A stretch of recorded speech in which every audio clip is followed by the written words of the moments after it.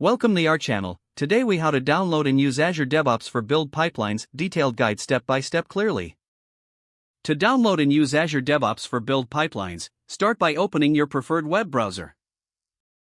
Navigate to the Azure DevOps website at dev.azure.com. If you do not have an account, click on Start Free to create one. Fill in the necessary details to register for a new account. Once registered, sign in to your Azure DevOps account. After signing in, you will be directed to the Azure DevOps dashboard. Click on New Project to create a new project. Enter a name for your project and select the visibility settings.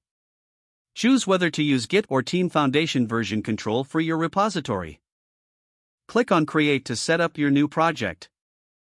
Upon project creation, navigate to the Pipelines section in the left sidebar. In the Pipelines section, click on New Pipeline. Select the source where your code is hosted, such as Azure ReposKit, GitHub, or another option. Authorize Azure DevOps to access your code repository. Once authorized, select the repository containing your code. Choose a template for your pipeline or start with an empty pipeline. If you select a template, Azure DevOps will generate a YAML file for your pipeline configuration. Edit the YAML file to specify the build steps you need for your project. You can define tasks such as build, test, and publish using the appropriate syntax. Save the YAML file once you've made the necessary modifications. Click on Run to initiate the build process. Monitor the progress of the build in the Pipelines view. Once the build is complete, review the results and logs to verify the outcome. If there are issues, troubleshoot using the error messages provided in the logs.